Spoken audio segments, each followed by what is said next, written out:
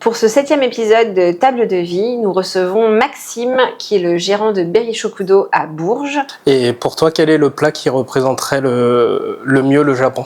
Le ramen. Après, un truc qu'ils connaissent pas et que de toute façon je proposerai jamais, mais que moi j'ai goûté au Japon, c'est les ovaires de poule. J'ai mangé ça dans un restaurant, le gars nous a dit it's egg. Ok, c'est des œufs. 2 jours plus tard, j'ai vu une copine japonaise, elle m'a dit c'est des ovaires de poule. Bienvenue à la Table de vie by Sweet and Salted. Le podcast où l'on s'assoit pour écouter, partager et savourer. Les histoires de celles et ceux qui nourrissent le monde à leur manière. Ici, chaque invité apporte sa recette de vie. Ses saveurs, ses expériences, ses doutes et ses rêves. Installez-vous, servez-vous. Et prenez le temps. Parce qu'autour de cette table, tout commence par une rencontre.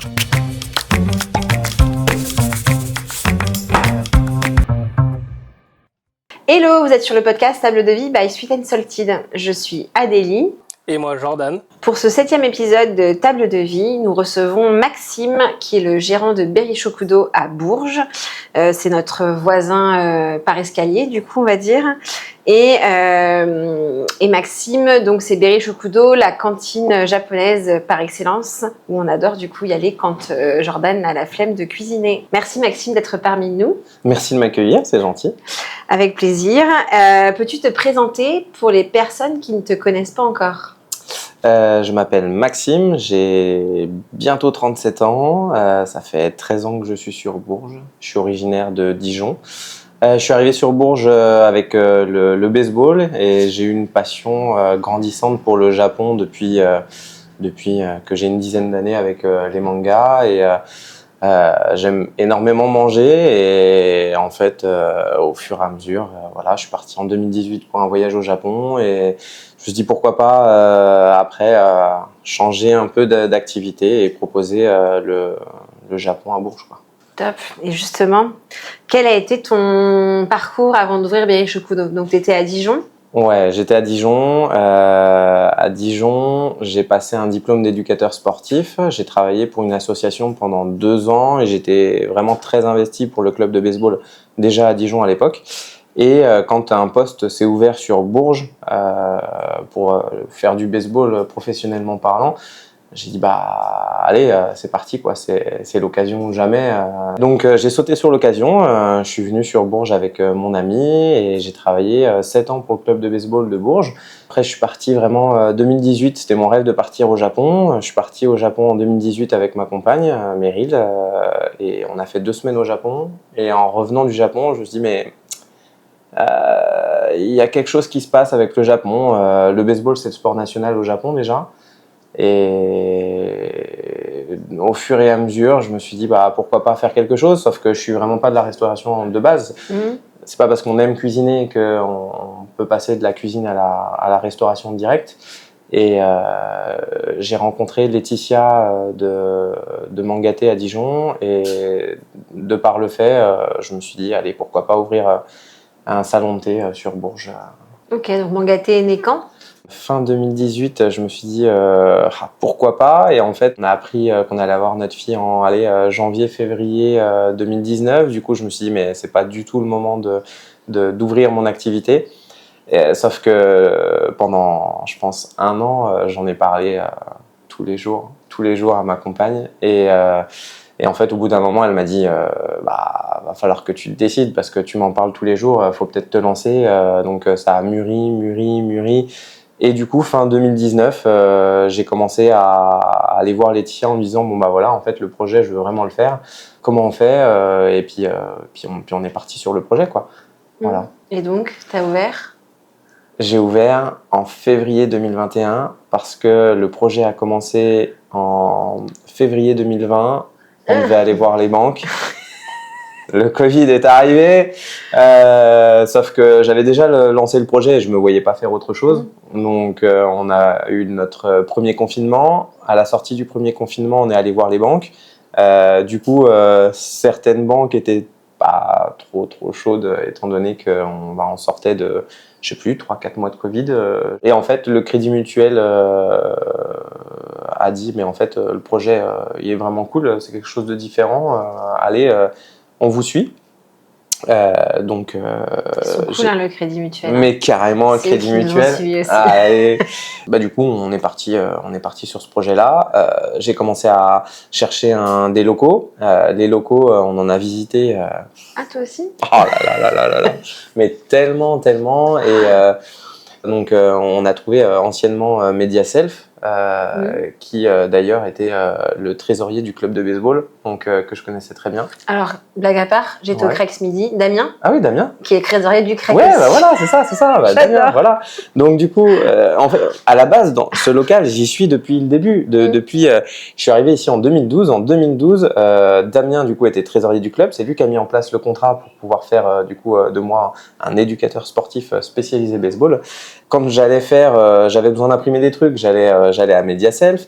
La cuisine dans laquelle je suis en ce moment et dans laquelle je fais à manger, c'est là où je passais mon temps à rédiger mes projets pour le baseball, où je venais manger. Et en fait, je connais très très bien ce local-là.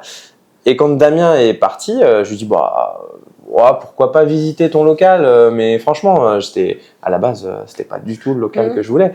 Et puis en fait, je sais pas, le souvenir du fait que j'ai passé énormément de temps dans ce local-là, j'ai vraiment adoré. Et puis en fait, bah voilà, j'ai pris ce local-là. Alors j'ai commencé à prendre le local. La banque a accepté le projet. Bam, deuxième confinement. Ah oui, il y a eu ça aussi. Ouais, deuxième confinement. Donc mon papa est venu juste avant le confinement pour venir avec moi faire des travaux. On a fait les travaux pendant ce deuxième confinement où on a refait l'électricité, du placo, bref, tout, hein, de la peinture, tu connais. Oui. Et puis bah, après, une fois que les travaux étaient terminés, bah, j'ai attendu longuement la réouverture. C'était février, hein, il me semble, février 2021. Tous les commerces n'avaient pas réouvert à l'époque parce que certains avaient des aides, donc c'était plus simple de ne pas ouvrir plutôt que d'ouvrir. Donc moi, ça m'a aidé un peu. Il y avait la queue, je sais pas, il y avait 30-40 personnes qui faisaient la queue pour entrer dans le magasin à l'ouverture. Et ça a duré 2 mois. 2 mois où les gens étaient devant le magasin à faire la queue. Et ouais, franchement, c'est une ouverture exceptionnelle. C'était vraiment cool. Tu t'en souviens? Ah ouais, de fou. Et du coup, ensuite, qu'est-ce qui s'est passé? Et ben ensuite, une première année non-stop, je bossais 6 jours sur 7. Madame a dit, ce serait bien qu'on me voit un peu plus. Donc c'est là qu'est arrivé mon premier salarié, Alexis. Au bout d'1 an et demi, qui est encore là actuellement et franchement, il est vraiment au top. Et arrivé fin l'année dernière, c'était février de l'année dernière, donc fin 2025, ça faisait 5 ans que j'avais signé le contrat de licence de marque, donc fallait faire un choix, est-ce qu'on continue ou est-ce qu'on passe vraiment à de la restauration, étant donné que moi, ce qui m'anime, c'est vraiment la nourriture japonaise. Bon, ça a découlé du fait qu'on a arrêté la franchise. J'avais déjà commencé à me former sur de la cuisine japonaise. J'ai continué à me former et on a fait 3 mois et demi de travaux. Et celle-là, je l'ai. Le 20 mai 2025, on a ouvert Berishokudo. Voilà. Et ça, c'est toi. Et ça, c'est moi. Que moi. Voilà. Et pourquoi Berishokudo? Ça veut dire quoi? Il y a 3 significations en fait à Berry. Berry parce qu'on est dans le Berry. Quand on dit very nice en japonais, les Japonais disent very nice. Donc il y avait vraiment ce jeu de mots que j'adorais. Et c'est le Berry, c'est la monnaie dans un manga qui s'appelle One Piece. Et donc du coup je me suis dit c'est le destin, Berry. Et Shokudo parce que ça veut dire cantine. Et ce que j'ai apprécié vraiment au Japon dans la nourriture, c'est vraiment ces plats qui sont assez simples avec du riz toujours et qu'on connaît en fait, qu'on ne connaît pas en France. Et c'était vraiment le but du jeu, c'était vraiment d'apporter une nouveauté. Tout le monde connaît les sushis, alors que c'est 3 ou 4% des restaurants qu'il y a au Japon. Les gens commencent depuis une dizaine d'années à connaître les ramen. Mais je voulais vraiment apporter quelque chose de différent. Et du coup, le Shokudo, la cantine, ça me paraissait vraiment cool à apporter comme idée. Ouais, c'est plutôt réussi. Hein. Merci, hein gentil. Et du coup, pourquoi le Japon? Tu dis que ça a commencé vers tes 10 ans. Qu'est-ce qui s'est passé je dirais avec le Japon? C'est quoi l'histoire avec le Japon? Peut-être un peu avant, je dirais, je devais avoir 8 ans quand Pokémon est sorti. Bah, j'ai eu ma première, c'était la Game Boy, la grise là. Et donc du coup j'avais le jeu Pokémon dessus, donc ça a commencé là-dessus. Après il y a eu l'animation. Et quand j'avais, je pense, 11 ou 12 ans, j'ai mon cousin par alliance, qui habitait à Montluçon là, il m'a fait découvrir Senseiya, les Chevaliers du Zodiaque. Et après, je suis parti Chevaliers du Zodiaque, Dragon Ball. Et puis il y a eu les trois plus grands, One Piece, Naruto et Bleach. C'était vraiment à l'époque où j'avais 13 ans.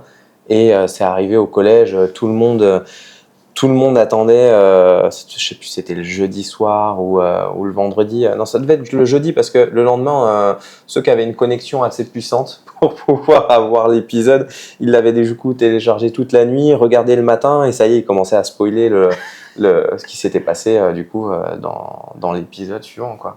Voilà. Et donc depuis ce jour-là, tu t'es passionné par l'histoire de comment, le pourquoi et tout ça? Ouais, du Japon, ouais, ça a commencé par les mangas. Puis dans les mangas, tu vois tellement de choses. Tu vois la nourriture, tu vois les temples. T'as même une partie religieuse, tu vois, qui est dedans. Tout ce qui est temple, shintoïsme, etc. Et puis après, le baseball, c'est le sport national au Japon, donc ça faisait un lien aussi. Et j'aime beaucoup. Une expatriation au Japon, non? Non, j'en ai déjà parlé avec les clients. Ils me disent mais pourquoi est-ce que tu vas pas au Japon? Je dis mais il y a des choses qui me plaisent pas aussi. Non, et puis garder le plaisir d'y aller une fois tous les 2 ans, 3 ans, et d'y aller vraiment en vacances. Et non, c'est. Puis après, j'ai mes enfants qui sont là. Ma chérie adore y aller en voyage, mais elle est pas du tout manga, tu vois. Donc non, c'est bien, les vacances. La prochaine ouais. question, c'est et pourquoi est ton histoire avec Bourges aujourd'hui? Parce que bah, tu as ramené un peu le Japon à Bourges, même si Ouais. là, depuis quelques années, maintenant, il y a des petits shops qui se sont ouverts un peu Ouais, sur le Japon. Hein. sur le Japon, mais tu restes quand même, je pense, l'adresse incontournable. Pourquoi Pour le Japon. Bourges? Ouais, ton histoire avec Bourges. Ça a commencé, je devais avoir 17 ans, 17 ou 18 ans, il y a eu Damien, on en revient encore, il voulait organiser un stage de baseball l'été pour que des jeunes et des moins jeunes puissent apprendre le baseball pendant une semaine. Et quand j'ai vu ça, j'ai sauté sur l'occasion, je suis venu à Bourges et c'était vraiment ma première découverte de Bourges, du Krebs de Bourges, où les infrastructures sont vraiment géniales. Hein. Du coup, tous les ans, je suis revenu pendant 3 ou 4 ans pour ce stage-là. Tu connaissais déjà la ville avant de Du coup, venir? je connaissais déjà la ville, mais ce stage-là, je sais pas, c'était une semaine de convivialité où tu rencontres des gens de toute la France qui viennent pour une seule chose, c'est jouer au baseball. Et ça, c'était vraiment cool, quoi, vivre non-stop le baseball, tu vois. Et du coup, quand ils ont cherché un éducateur sportif, ils savaient que j'avais passé un diplôme d'éducateur spécifique baseball. Du coup, ils ont dit Maxime, ça te dit de venir? Enfin, je pense que j'ai réfléchi 10 secondes. Hein. Ah, Ouais. c'était tout vu. Ah ouais, c'était tout vu. Et parce que, oui, en France, à l'époque, en plus, t'avais quoi? Je sais pas, 5-6 personnes qui vivent du baseball. Vraiment. Et du coup, j'en ai fait vraiment mon activité principale pendant 7 ans. C'est un truc de dingue. Mais t'as vécu ta passion et maintenant tu continues à vivre de ta passion. Ouais. Ma mère m'a toujours dit, elle était chauffeur-livreur, ça lui plaisait pas du tout. Elle a toujours dit, tu fais ce que tu veux, mais fais quelque chose que t'aimes. Donc, tu vois, je me donne à fond et je fais ce que j'aime. Comme tu l'as dit, donc t'as ouvert Berry-Chokudo à Bourges, t'as toujours, tout s'est plutôt plus ou moins bien aligné à chaque fois que t'as eu une idée ou autre. Ouais. Coup de bol. Mais est-ce que tout s'est vraiment passé comme tu le souhaitais depuis l'ouverture, mis à part le Covid bien sûr, mais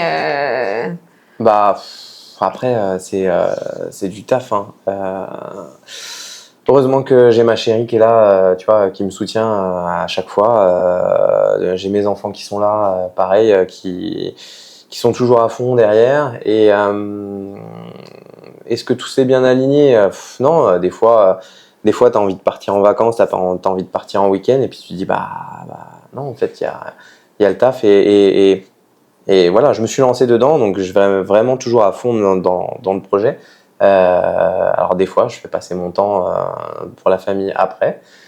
voilà, je me dis qu'à un moment donné, j'aurai le temps de profiter un peu. C'est ce qui se passe en ce moment, hein. On a embauché du coup Maximilien depuis maintenant 3 mois. Et tu vois, j'arrive à trouver du temps et partir en week-end avec les enfants. Et ça, c'est une belle récompense. Ça, c'est vraiment cool. Et maintenant, avec aussi la dernière qui Et du coup, ouais, j'ai Miou qui est arrivée, qui est en PVT. Après, on s'est dit, elle vient d'arriver, donc elle parle pas encore très très bien français. On s'est dit, est-ce que ça va le faire ou pas? Puis en fait, elle est venue. On n'a pas un anglais de fou avec Alexis.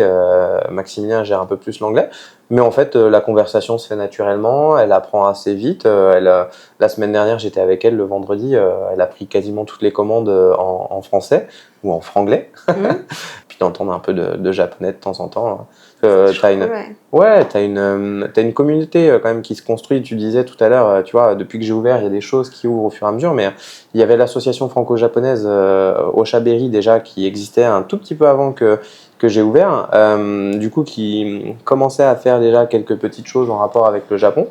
Tu as une association qui s'appelle Sakura Berry, du coup qui s'est formée pour pouvoir promouvoir le Japon en fait au niveau de la ville et du berry. J'espère qu'en 2028 il y aura quand même pas mal de projets autour du Japon. Il y en a un qu'on fait là qui s'appelle le Berry Matsuri. Tu sais, c'est un festival.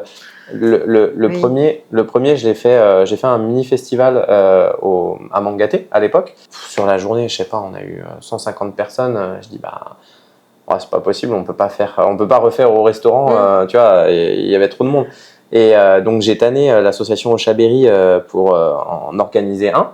Et donc du coup j'ai co-organisé avec l'association Oshaberi et Sakura Berry. Le premier qu'on a fait, c'était au Moulin de la Voiselle. Ok. Moulin de la Voiselle, c'était vraiment, franchement c'était génial, mais on pensait pas avoir autant de monde, on s'attendait à 300-400 personnes. On a eu 1200 personnes qui sont venues sur la journée. En fait, il y avait la queue à l'extérieur, quoi. Donc, Et quel est ton meilleur souvenir que tu as pu vivre jusqu'à maintenant au Japon? La première arrivée en 2018 au Japon, on est arrivé, il était super tard. On était on était sur dans le sud-est de Tokyo. On est descendu, on est allé à l'hébergement et on a rencontré Jun, un de nos hôtes. 2 jours plus tard, c'était la période des cerisiers. Tu vois, un gars qu'on connaît pas, et le soir, on lui dit où est-ce qu'on peut aller manger un bout et tout. Il me dit attends, je reviens. Et là, il revient, un sac et tout. Et puis, il avait mis plein de trucs dans son sac. Et en fait, il nous a emmenés dans un parc où il y avait des fleurs de cerisier, mais c'était un parc qui était magique et t'avais que des Japonais. Et en fait, on s'est mis, tu vois, en dessous d'un arbre. Il a mis une nappe. Fallait déchausser les chaussures pour pouvoir se mettre sur la nappe. Et puis, tu vois, on a mangé, on a bu une bière sous les cerisiers avec un terrain de baseball juste à côté. Bien sûr. Bien sûr. Et, ouais. Et c'était ça, c'est le premier souvenir du Japon, tu vois. C'est vraiment, c'est vraiment un très très bon souvenir. Mais en tout cas, avant que tu viennes parmi nous, je t'ai demandé qu'est-ce que t'aimais, ton péché mignon. Ah ouais. Et vu que là, il est presque l'heure du goûter, Jordan a sélectionné ton péché mignon sucré, qui est la pièce montée. La pièce montée, mais ouais, de fou, carrément. On arrive à la saison des mariages en plus. Mais choix à la crème, c'est bien, mais pièce montée, c'est... Avec la nougatine, tout ça. Ah, mais c'est le top du top. Ah ouais, carrément. Eh bien, du coup, Jordan, je crois qu'il t'en a préparé une. Peut-être pas une grande, mais en tout cas une petite. C'est vrai? Pour toi. Une 10 étages? Ouais, c'est ça. Donc, on va aller en cuisine pour voir comment il l'a préparé. Okay. Et puis, on la mangera ensemble après. Avec grand plaisir. Ok? Carrément. C'est parti.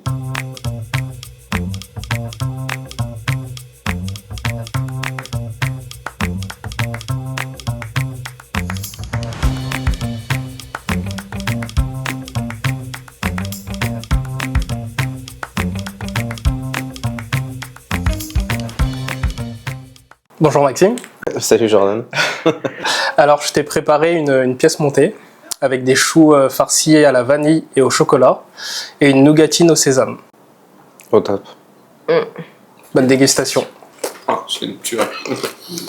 La question que je voulais te poser, c'est pourquoi la pièce montée? Parce que je m'attendais vraiment à tout, mais pas ça. Quand tu lui as envoyé le message, il m'a Ouais. dit c'est Maxime qui t'a envoyé le message? Ouais. Et j'ai dit oui, Bah oui. ouais. On s'attendait à quelque chose de plus japonais. Ouais. Non, en fait, je sais pas, j'ai un vieux souvenir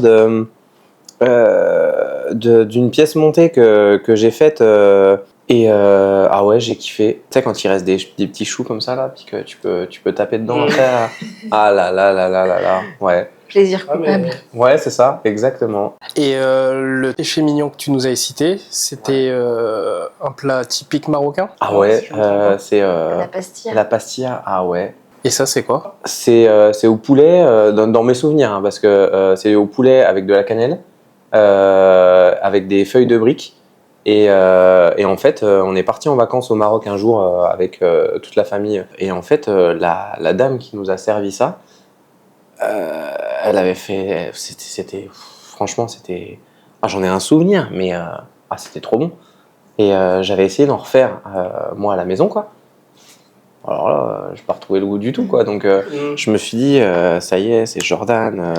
Il va pouvoir On me va faire lui un truc, mettre. il va pouvoir me faire une dinguerie et tout. Alors, j'ai joué la sécurité. Non, mais ouais. Là, tu m'as parlé de 3 péchés mignons de 3 continents différents. Ouais. Mais quel type de cuisine tu aimes exactement, si tu devrais en garder qu'une? Ah, c'est H2, alors, ah, waouh. Je dois en garder qu'une?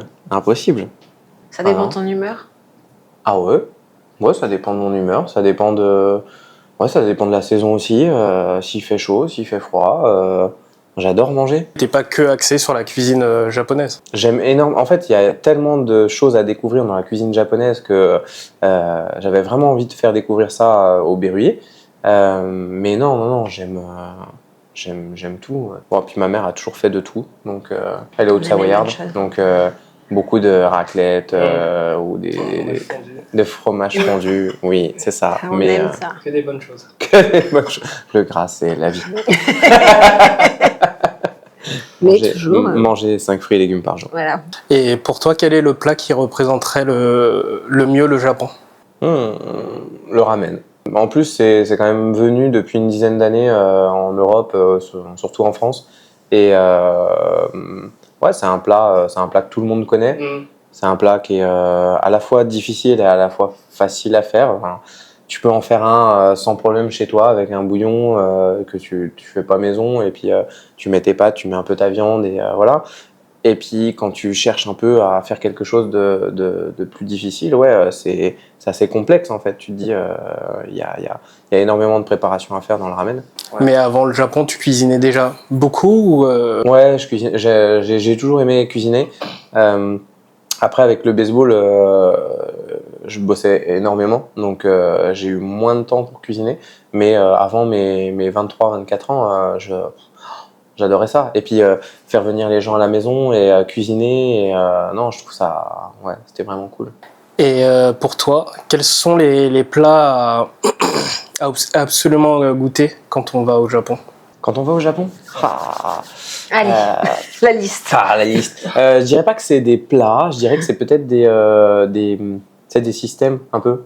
Tu vois, teppanyaki. C'est une grande plaque chauffante où tu viens faire chauffer des légumes, de la viande. Ça s'appelle teppanyaki. Dessus, on fait aussi les okonomiyaki. Ça, c'est les crêpes de choux salées là. Ok.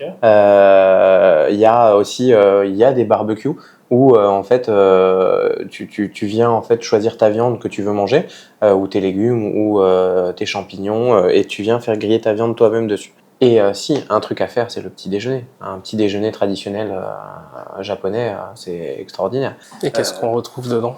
Et bah, dans tous les cas, tu as toujours un bol de riz, t'as des pickles, t'as des racines, t'as du daikon, daikon c'est radis, un radis, une sorte de radis. Souvent du poisson grillé, parce que dans tous ceux que j'ai fait, il y avait du poisson grillé. Et petite salade de légumes, voilà. Et là, t'es parti pour ta journée, t'es t'es calé pour ta matinée, quoi. Donc plutôt salé le petit déjeuner. Ouais, le petit déjeuner est salé au Japon, ouais.